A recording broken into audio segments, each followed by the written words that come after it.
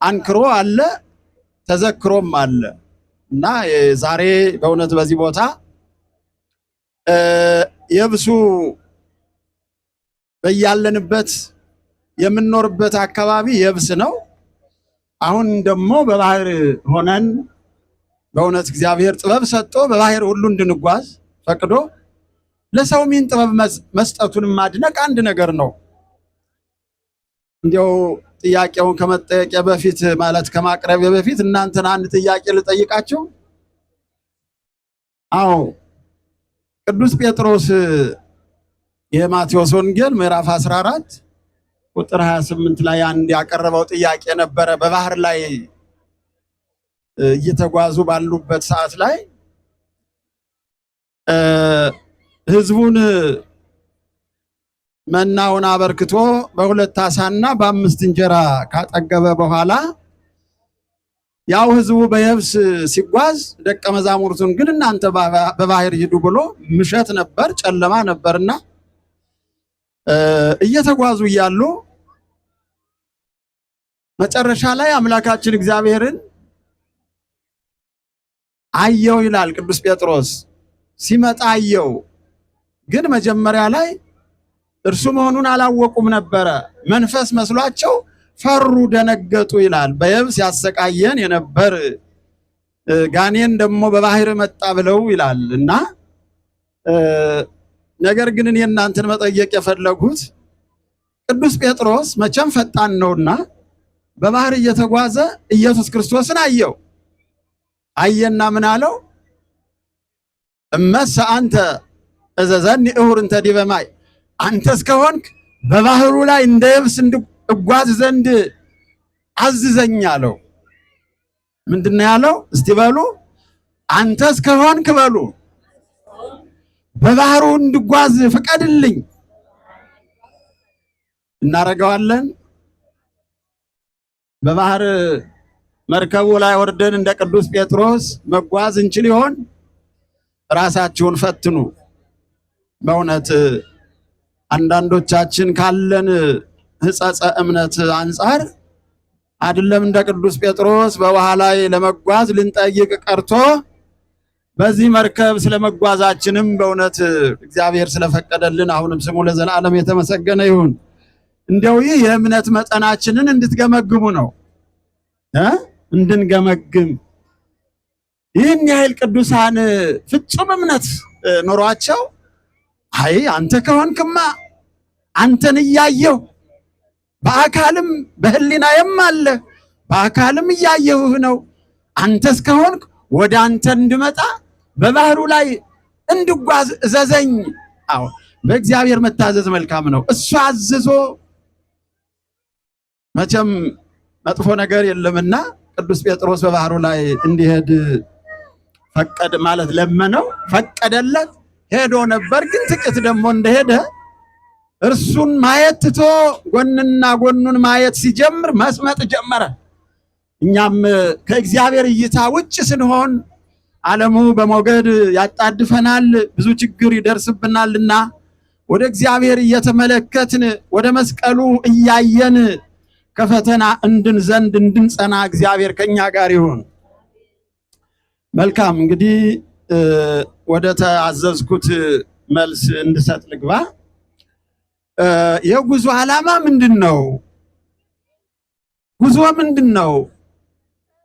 ከጉዞውስ ምን ይገኛል? ጥቅሙ፣ ዓላማው የሚል ጥያቄ ነው የቀረበ። እንግዲህ እንደው ይህንስ ብዙዎቻችሁ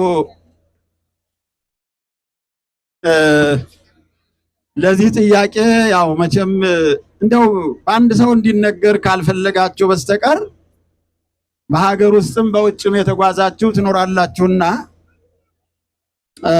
ከኛስ እናንተ ትሻሉ ነበር። የሆነ ሆኖ ግን ከቅዱሳት መካናት አንጻርና ከዓለማዊው የአገርህን ወቅ ጉዞ አንጻር ለይተን መናገር እንፈልጋለን። ብዙዎቻችን የከረምነው አገርህን ወቅ ዓለምን ወቅ በሚል ከሰፈር ከመንደር በወጣና ባልተሻለ ጉዞ በሄድንበት ነገር ሁሉ የተሻለ ማድነቅ፣ የተሻለ ኑሮ፣ የተሻለ ውሎ ማግኘት ሊሆን ይችላል። አገርህን ወቅ የሚባለው በርግጥ አገርህን ወቅም ትልቅ ነገር ነው። እኛ አገራችንን አናውቅም መቼም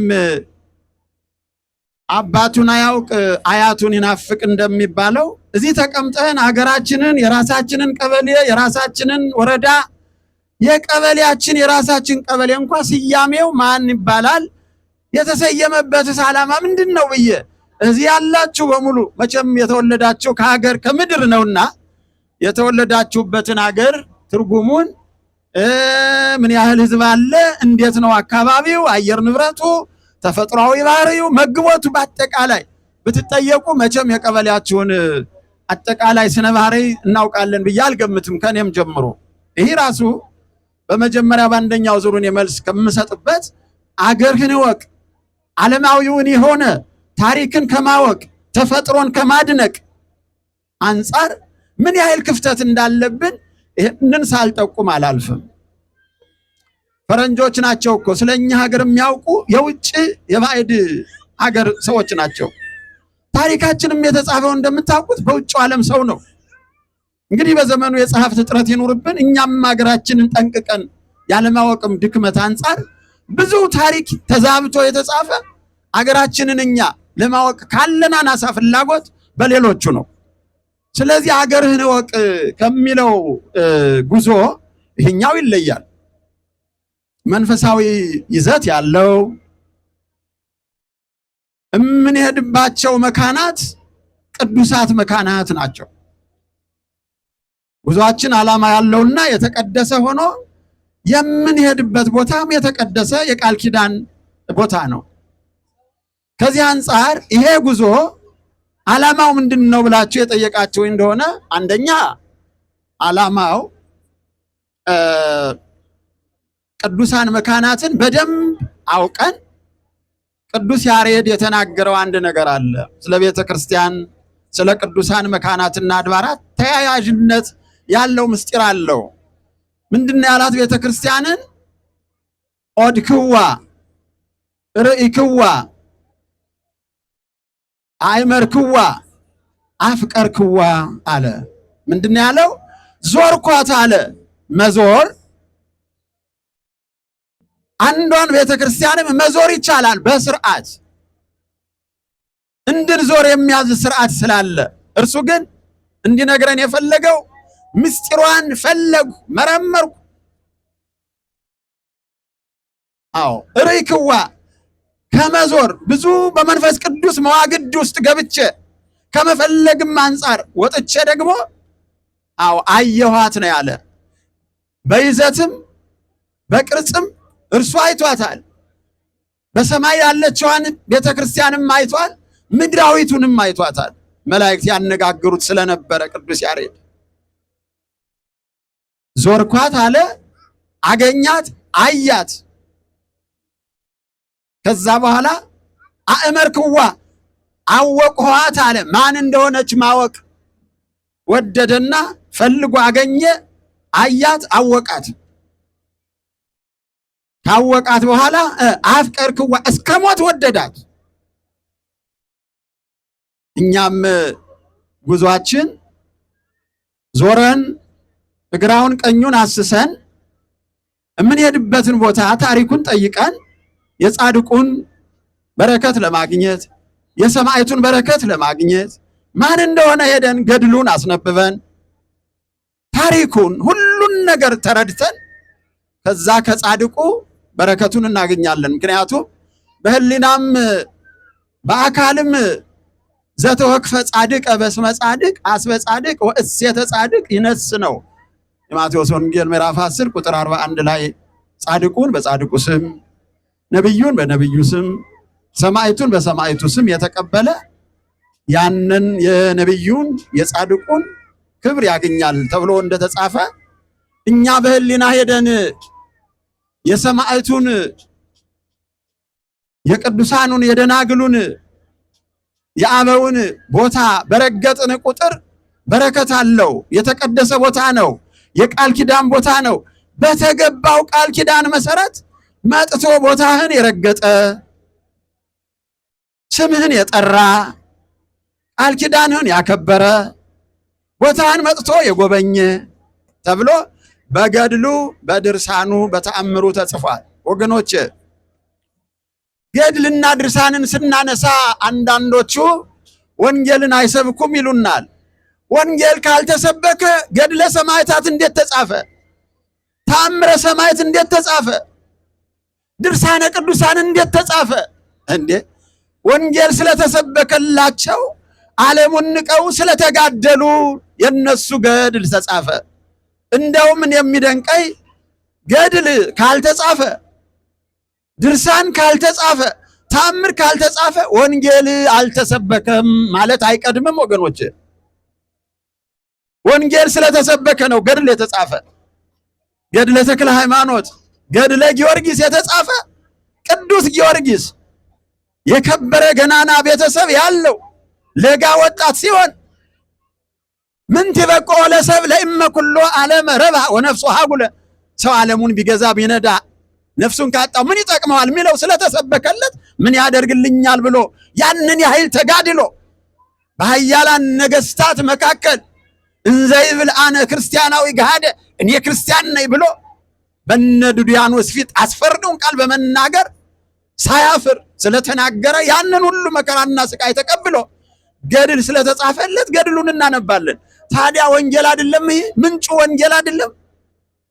ይሄ ምን ሄድበት ቅዱሳት መካናትም የወንጌል አገልግሎት የተፈጸመባቸው ወንጌል ተሰብኮ ከወንጌል ውጤት የተገኙ መካናትና አድባራት ናቸው። ወንጌል ሳይሰበክም አድሮ እነዚህ ምን ሄድባቸው መካናትና አድባራት ወይም እኛ በየአካባቢያችን ምን ተክላቸው አብያተ ክርስቲያናት የአህያ መጋጫ የእንስሳት መዋያ ነበሩ እኮ።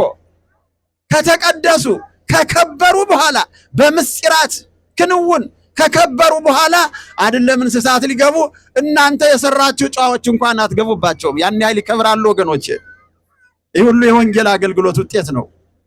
ስለዚህ ምን ሄድበት ቦታ የዚህ ሁሉ ድምር ውጤት ተከናውኖ የጻድቁን የሰማዕቱን ክብር እንድታገኙ ትሄዳላችሁ። እየሄድንም ነው እንደርሳለን። የምንሄድበትን የሰማዕቱን ቦታ ደርሰን እንማጸናለን፣ ክብሩን እናገኛለን። አዎ ስለዚህ ሄደን የምንፈጽማቸው ተግባራት ስለት መሳል ምን ማለት ነው ብለው አንድ ሰው በአንድ ወቅት ሲጠይቁ ትዝ ይለኛል። አንዱ ከጉዟችን አንዱ አዎ ቅዱስ እስጢፋኖስ፣ ቅዱስ ቂርቆስ፣ ሌሎች የምንሄድባቸው መካናት ካሉ እነሆ የዛሬ ዓመትም እስከዚህ ሰዓት አድርሰህን ያንተም ቦታ መጥተን ለመርገጥ በተሰጠህ የመልጃ ፈቃድ የቅዱሳን ድርሻ ታላቅ ነውና ከተሰጠ ድርሻ አንጻር ደግሞ አንዱ እኛን መጠበቅ ማማለድ ነውና እነሆ የዛሬ ዓመት በቸር ብታደርሰን ለምነህ ልመናህ በአምላክ ፊት ቀርቦ ጊዜው መልካም ሆኖ ሰላም አግኝተን ብንደርስ የዛሬ ዓመት እንመጣለን ብሎ መሳል አንድ የጉዞ አንድ አካል ነው። ይገርማቸዋል። ይሄ ነው የቅዱሳን ስራ። ከአንድ ተጓዥ የሚጠበቀው ነገር ሄዶ በቦታው ላይ ጸሎት ማድረስ፣ በጽሙና በቦታው ላይ ሆኖ ያንን ገድለ ቅዱሳንና ቦታውን ማድነቅ፣ የሚሰጥ ትምህርት ካለ ስርዓቱን መጠንቀቅ ያስፈልጋል። አለያ ግን ወገኖች መክፈልት ሲሉ መቅሰፍት አለ ይላሉ አበው። አንዳንድ ጊዜ ወደዛ ቦታ ሄደን በረከትን እናገኝ ዘንድ ሄደን የማይገባ ስራ ሰርተን ቦታውን እንዳለማዊው ቅድም እንዳልኋቸው እንዳገርህን ወቅ አይነት የዓለማዊውን ቦታ ከመንደር ከሰፈር ጥለን የመጣነውን ነገር ይዘን እየመጣን መካናት መጽሐፈ ገነት ወይም ደግሞ ዜና አበው መካን ይቀድሶ ለሰብ ሰብ ይቀድሶ ለመካን።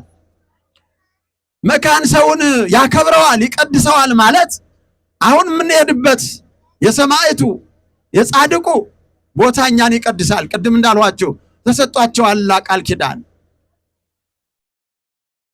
ታላቁ ጥበበኛው ንጉሥ ሶሎሞን መጽሐፈ ነገሥት ምዕራፍ 1 ቁጥር ይቅርታ ምዕራፍ 8 ቁጥር 1 ጀምሮ ሙሉ ምዕራፉ ቤተ መቅደሱን ካሰራ በኋላ እስከ ዓለም ፍጻሜ ስለሚተከሉት አብያተ ክርስቲያናት እግዚአብሔር የገባለት ቃል ኪዳን ቢኖር በዚያ ተካቷል። ይገርማቸዋል። ጥበበኛው ሶሎሞን ስለ ቅዱሳት መካናትና አድባራት በዛ በመጽሐፈ ነገሥት ምዕራፍ 8 ቁጥር 1 ጀምሮ እስከ መጨረሻው የተናገረው ለእግዚአብሔር ያቀረበው በዚህ ቦታ እግዚአብሔር ለሰዎች ምን ማድረግ እንዳለበት ሙሉውን አነበበ። እግዚአብሔር ደግሞ እዛው ነገሥት አንደኛው ነገሥት 9:3 ላይ አዎ ሶሎሞን ሆይ አለው፣ እነሆ ልመናህን ተቀብያለሁ፣ የሰራኸውን ቤተ መቅደስ ቀድሼዋለሁ፣ በዚህ በቀደስኩት ቤተ መቅደስም ዓይኔም ልቤን በዚያ ላይ ነው አለ። አያችሁት? የእግዚአብሔር አሁን ልቡ ዓይኑ ይወሰናል። የእግዚአብሔር ዓይን ወደ ቀኝ ነው፣ ወደ ግራ ነው፣ ወደ ሰሜን ነው፣ ወደ ደቡብ ነው አይባልም።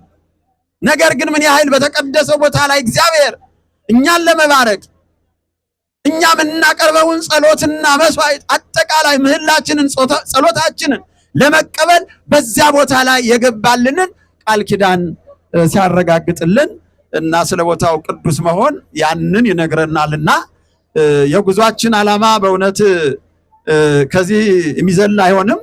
እናንተም ስለምታውቁት ሂዳችሁ ስለምታደርጉት ነገር ብዙ ነገር ስላለ እኔ ዓላማው በረከትን ለማግኘት ቦታውንም ለማወቅ የቦታውንም ታሪክ ጠንቅቆ ለልጆቻችን ነገ ለማስረከብ ማወቅ ስላለብን ነው። ታሪክ በቅብብሎሽ ትውፊት በቅብብሎሽ ስለሆነ ትውልድ ያለፈበት ይሄ ነው። ነገር ግን ስንሄድ በእውነት ምእመናን ቅድም ነገርኋችሁ፣ እኔ መክፈልት ሲሉ መቅሰፍት እንዳይሆን እኔ ማየው በእውነት እኔ ብዙ ቦታዎችን ጎብኝቻለሁ ከብዙ ባለሀብቶች ጋራ።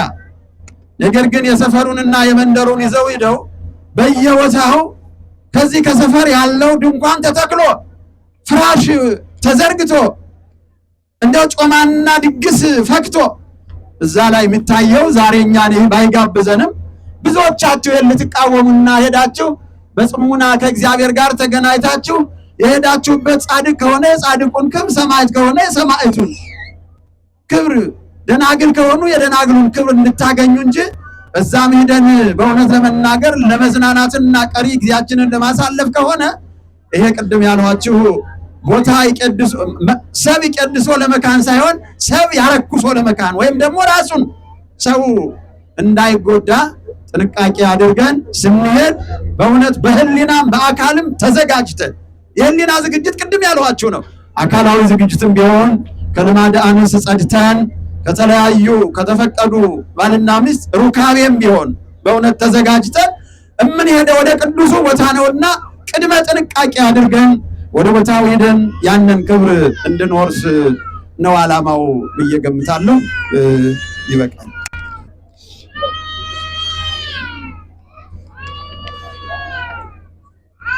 የከተበሩት እግዚአብሔር አምላካችን ቃለ ሕይወት ያሰማልን። የጉዞ ዓላማ በጉዞ